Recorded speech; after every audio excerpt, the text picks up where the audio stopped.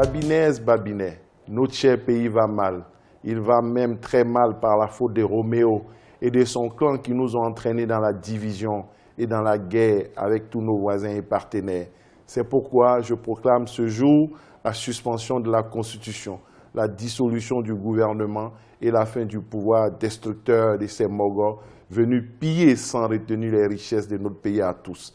À compter de cet instant, je demande aux femmes, aux jeunes, aux adultes, aux travailleurs, aux chômeurs, aux hommes de Dieu, aux animistes, aux soldats des rangs, aux soldats du feu, aux militaires, aux civils et à toutes les forces vives de la nation de se mettre à ma disposition et à la disposition du Comité de sauvegarde de la nation et de la République, CSNR, à bas Roméo et sa clique de débattisseurs.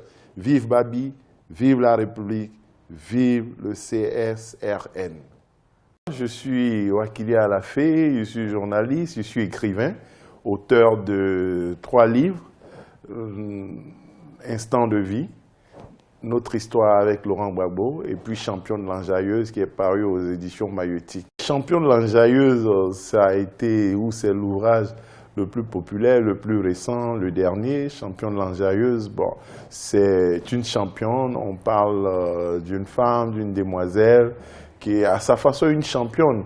C'est peut-être pas un modèle de ce qu'on pourrait espérer, mais dans son domaine, elle est championne. Dans cette manière de manipuler les hommes, dans cette manière de faire sa vie comme elle le souhaite, dans le choix de vie qu'elle a fait, elle est championne. Mais en même temps, elle est un peu abusée par les hommes. Donc on la donne comme héroïne, comme un modèle de ce qu'il faut être excellent dans ce que l'on fait, mais aussi peut-être de ce qu'il ne faut pas souvent faire et de ce qu'il ne faut pas être quand on est femme. C'est les choses de la vie. Hein. Vous voyez, je suis dans les médias, je suis journaliste, on rencontre beaucoup de choses. On raconte les vies au jour le jour, on parle des vies des gens, on rencontre des gens, on croise des gens, on vit des situations.